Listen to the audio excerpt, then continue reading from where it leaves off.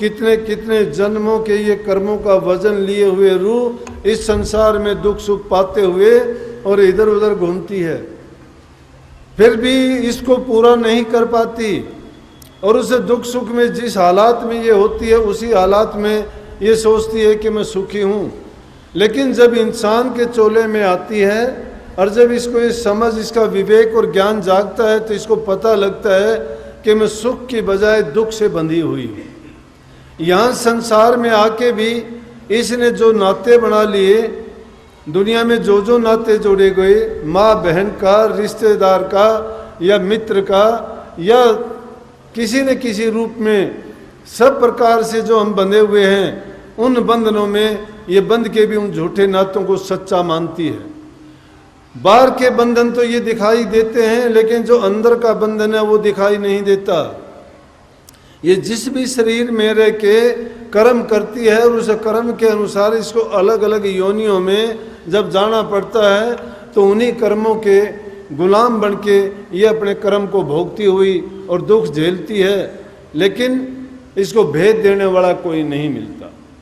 जब इंसान के चोले में आती है, संत सतगुरु के पास पहुंचती है, तो संत सतगुरु इसको भेद बताते हैं कि जिस देश में तू रहती है ये तेरा देश नहीं है।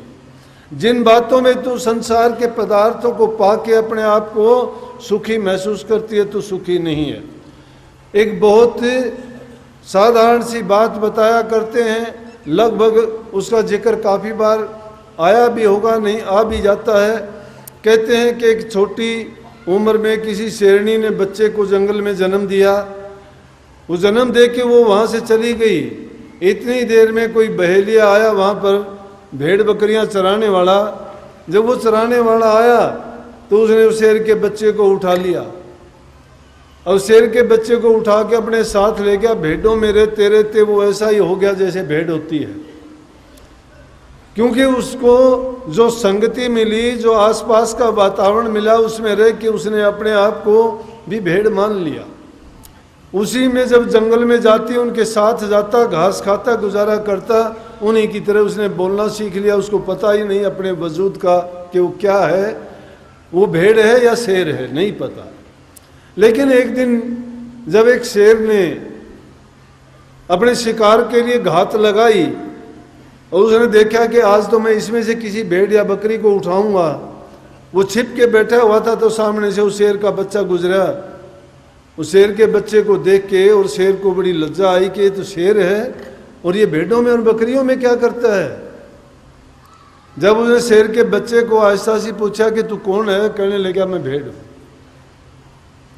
कहने लगा नहीं, ये झूठी बात है, तू भेड़ नहीं है, तू शेर का बच्चा है, तेरी शक्ल मेरे में मिलती है, इन भेड़ों में नहीं मिलती। आज तुझे मैं दिखाता हूं ये। उसने, शेर के बच्चे ने यकीन नहीं किया कि मैं हूं क्या, लेकिन उसको पानी के पास लेके गया और देख के कहने लगा तेरी शक्ल को भी देख और मेरी शक्ल को भी देख।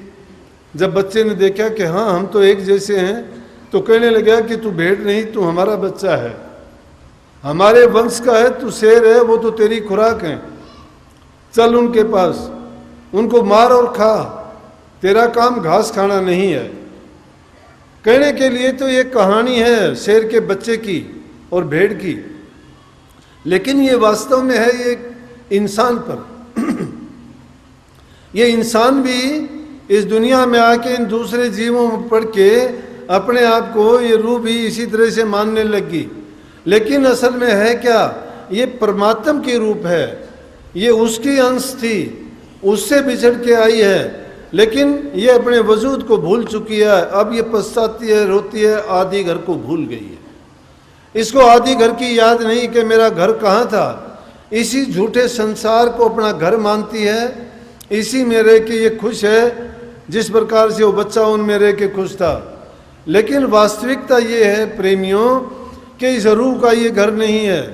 रूह जिस शरीर में रहती है ये भी उसका मुकाम नहीं है, ये तो बदलती रहती है, इसको मिलते रहते हैं। एक छूटता है, दूसरी जगह मिलती है, दूसरी छूटती है, तीसरी मिलती है। एक नहीं 84 लाख प्रकार की योनियां हैं। ये जैसा जैसा कर्म करती जाती है वैसी वैसी इसको योनि मिल जाती है। लेकिन किसी भी योनि में ये जाती है उसमें इसको ये दर्शाने वाला कोई नहीं मिलता उस शेर की तरह से कि तू परमात्मा की अंश है, इसलिए यहाँ तेरा कोई काम नहीं।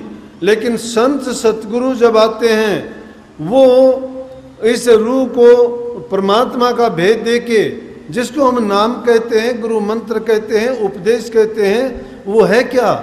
वो उसी को उसकी मंजिल और रास्ता दिखाने का एक तरीका है।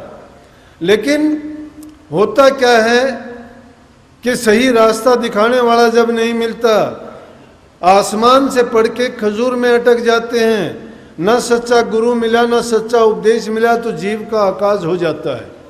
अगर सच्चा मिल भी जाता है तो ये जीव भ्रम में फंस जाता है, और भ्रम का पर्दा इससे अपने से नहीं हटाया जाता। क्यों नहीं हटाया जाता?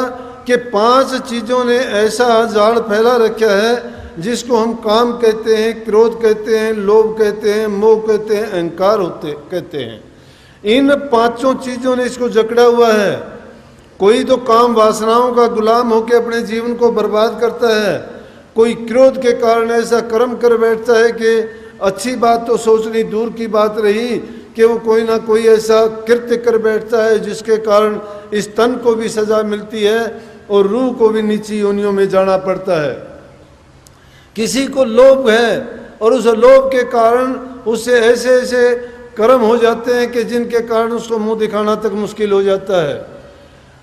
चौथा जो बंधन है वो मोह का बंधन है। मोह के बंधन में फंस के हम ऐसे हो जाते हैं कि तोड़ने से भी नहीं टूटता। वो मोह का बंधन किसी को दिखाई भी नहीं देता है, वो मन से जुड़ता है। इसीलिए बार बार इस मन को कोसते हैं, मन को सुधारने की बात करते हैं। और फिर एक अभिमान रूपी राक्षस ऐसा है जो इन सब से ताकतवर, जितनी ताकत उन सब में है उतनी अकेले एक अभिमान में है। और वो अभिमान किस चीज़ का है? एक चीज़ का नहीं। किसी को रूप हुस्न का है, किसी को धन दौलत का है, किसी को शारीरिक बल का है, किसी को ऊंचे वंश का है, तो किसी को अपने ऊंचे पद का। और इन चीज़ों में फंस के वो इतना अभिमानी बना हुआ है, वो सोचता है संसार में मेरे समान कोई है नहीं। जब ये दुश्मन उसको ऐसे बांध लेते हैं, ऐसा जकड़ लेते हैं, तो इन बंधनों से उसको मुक्त कराने वाला कौन है? और ये बंधन बनते कहाँ हैं? मन के कारण बंधते हैं। और संतों के पास दवा क्या है? वो कहते हैं कि मन को ही सुधार, मन को काबू कर। जब ये मन तेरे अंकुश के नीचे आ जाएगा, अंकुश कौन है? गुरु के सिवाय दूसरा कोई अंकुश नहीं है। इसीलिए तो कहा ने, थोड़ी देर पहले एक प्रेमी ने दुआ कहा था कि 7 दीप नौखंड में गुरु से बड़ा न कोई, करता करे न कर सकर गुरु करे सो होए। क्यों करता करे ना कर सके? करता कौन? संसार को रचने वाला भी ऐसा नहीं कर सकता, तो गुरु करने से कैसे हो जाएगा? आप सोचते हो कि जिसने इतनी बड़ी रचना रच दी वो तो कर नहीं सकता, गुरु कैसे कर देगा? अरे रचना करने वाला ने मन उसने बनाया है, वो मन का सुधार का तरीका नहीं बताता। लेकिन गुरु करे से वो होए क्यों है कि गुरु के पास जब जाओगे वो गुरु तुम्हारे मन को सुधारने का तरीका दे देगा आपको। वो यंत्र गुरु के पास है कि जिसके कारण आप अपने मन को रास्ते पे लेके आओगे, तो वो इन दुश्मनों को जीतने का क्या उसके काबू में ही है। वो अपना रुख बदल लेगा। जो चीज़ें हमें परेशान करती थी, आज उन्हीं चीज़ों को वो अपने हित के लिए, रूह के भलाई के लिए काम करना शुरू कर देंगी।